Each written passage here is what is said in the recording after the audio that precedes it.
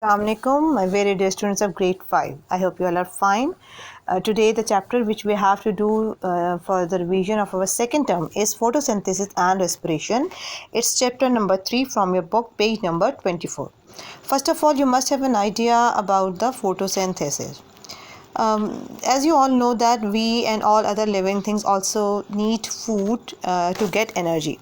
And why do we need energy? In order to grow or in order to perform any kind of function, definitely we need energy. But we gain all these type of energy by the ready-made food.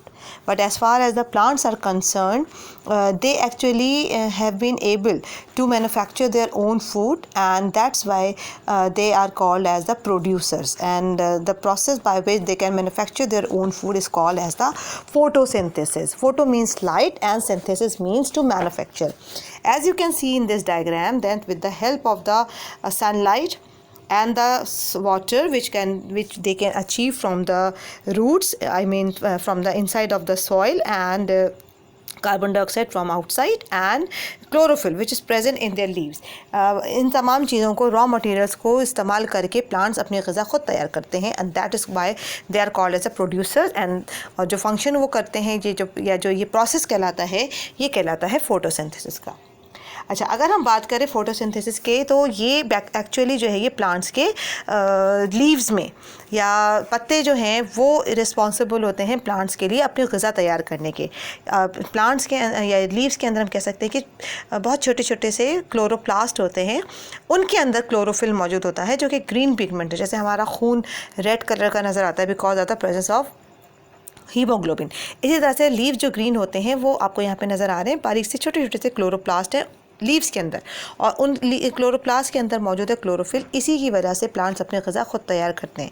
अच्छा, plants in leaves के अंदर साथ साथ stomata भी होते हैं, जिनको tiny holes कहा जाता है। जैसे हमारी खिड़कियाँ होती हैं जिनसे हम हवा हासिल करते हैं, इसी तरह से स्टोमेटा जो है वो इनके लिए ऑक्सीजन इनटेक और कार्बन डाइऑक्साइड का लिब्रेशन का प्रोसेस कर सकता है। यानी हम कह सकते हैं कि स्टोमेटा जो है they are actually responsible to perform their exchange of the gases.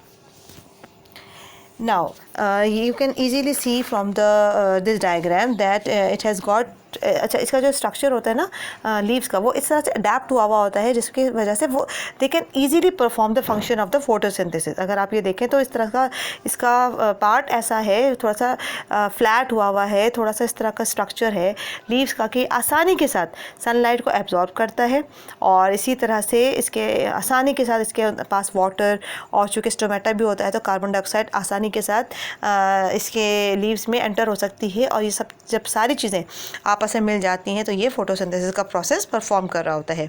अच्छा, यहाँ पे नीचे आप डायग्राम में देखें तो स्टोमेटा जो है वो बाकायदा दोनों फॉर्म्स में आपको नज़र आ रहा है कि स्टोमेटा क्लोज किस शक्ल में है और स्टोमेटा ओपन किस शक्ल में है। ओपन जब हो जाता है तो इसमें आसानी के साथ वाटर का आउट होना आसान है, पॉसिबल हो जाता है, ट्रांसपिरेशन का प्रोसेस ये करता है। जबकि जब इनको वाटर का आउट करना नहीं होता, जब वाटर को रिटेन ही रखना होता है, जब वाटर को लिबरेट आउट नहीं करना होता, तो उनका स्टोमेटा क्लोज रहता है।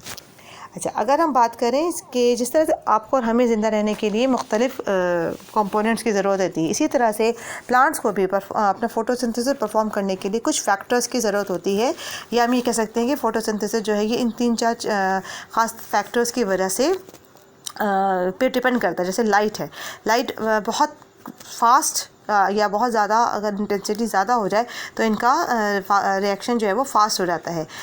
यही वजह है कि गर्मियों के मौसम में ज़्यादा तेज़ी के साथ इन पे फोटोसिंथेसिस का प्रोसेस हो रहा होता है। जबकि अगर रिएक्शन बहुत क्लाउडी हो जाए या टेम्परेचर बहुत लो हो जाए तो हो सकता है कि इनका फोटोसिंथेसिस का प्रोसेस भी थोड़ा बहुत इफ़ेक्ट होता है। इसी तरह से पानी बहुत इंपॉर्टेंट फैक्टर है। जैसे आप और हम जो है पानी के बगैर ज़िंदा नहीं रह सकते, इसी तरह से अगर पानी बहुत कम हो जाए प्लांट्स के अंदर तो इनका फोटोसिंथेसिस का प्रोसेस बहुत स्लो हो जाता है। यानी पानी जो है वो इनको नॉर्मल या बिल्कुल मॉडरेट कॉन्सेंट्रेशन में चाहिए होता है, जैसे हमें और आपको चाहिए।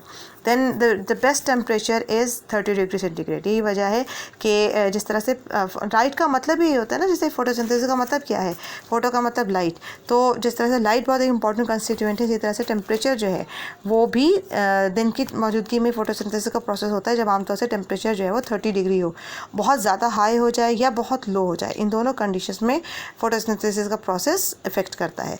और लास्टली जो है वो कार्बन डाइऑक्साइड, अगर कार्बन डाइऑक्साइड की कॉन्सेंट्रेशन बिल्कुल नॉर्मल है, मॉडरेट है, तो उसकी फोटोसिंथेसिस का प्रोसेस भी सही कॉन्सेंट्रेशन में या सही अमाउंट में कंप्लीट हो रहा होता है, ये चल रहा होता है। As far as the respiration is concerned, as you all know, हम आम तौर से एक समझते हैं कि ऑक्सीजन का इंटेक करना और कार्बन डाइऑक्साइड का बाहर निकालना रेस्पिरेशन कहलाता है, जबकि वो प्रोसेस जो होता है वो ब्रीथिंग होता है, जिसमें एक्सचेंज ऑफ गैसेस हो रही होती है। रेस्पिरेशन एक्चुअली हमारे फूड की बर्निंग है। जो ऑक्सीजन हम सांस लेने के दौरान जब हम इंटेक करते हैं उस ऑक्सीजन को, तो वो फूड के साथ मिलकर, हमारे फूड के साथ ये ऑक्सीजन बर्न होती है, यानी फूड जो है वो ऑक्सीजन की मौजूदगी में बर्न होता है। जो बेसिकली फूड कौन सा होता है, ग्लूकोज, और उसके नतीजे में हमें कार्बन डाइऑक्साइड मिलती है, वाटर मिलता है और एनर्जी। ये वही एनर्जी है जो हम और आप जितने भी हमारे काम हो रहे होते हैं बॉडी के अंदर, जितनी भी एक्टिविटीज़ हो रही होती हैं, this is all because of the energy which is produce during the process of respiration. Carbon dioxide हमें बॉडी के अंदर नहीं चाहिए होती है, हम उसको एक्सपेल आउट कर देते हैं, रिमूव कर देते हैं।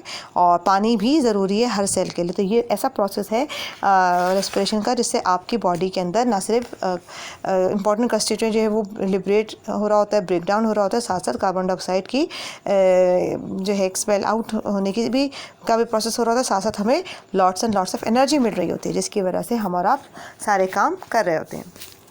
And the last topic is about the types of respiration. ऐसी रेस्पिरेशन जिसमें ऑक्सीजन की ज़रूरत होती है वो एरोबिक रेस्पिरेशन कहलाती है, और ऐसी रेस्पिरेशन जिसमें ऑक्सीजन बाज़ औक़ात कुछ ऐसे प्लांट्स होते हैं, कुछ ऐसे ख़ास तौर से जैसे बैक्टीरिया है या ईस्ट है, वो बग़ैर ऑक्सीजन के भी रिस्पायर कर सकते हैं, कार्बन डाइऑक्साइड की मौजूदगी में सांस ले सकते हैं, और इसको हम कहते हैं एनएरोबिक रेस्पिरेशन। बाज़ औक़ात इंसान की बहुत ज़्यादा सीवियर एक्सरसाइज करें तो हम भी एनएरोबिकली, हमारे मसल जो हैं वो एनारोबिकली रिस्पायर करते हैं। अच्छा, यहाँ पर आप डायग्राम देखें, रेस्पिरेशन दिन के टाइम और रेस्पिरेशन रात के टाइम। एक्चुअली दिन के टाइम में दोनों प्रोसेसेस हो रहे होते हैं, photosynthesis and respiration are both taking place simultaneously.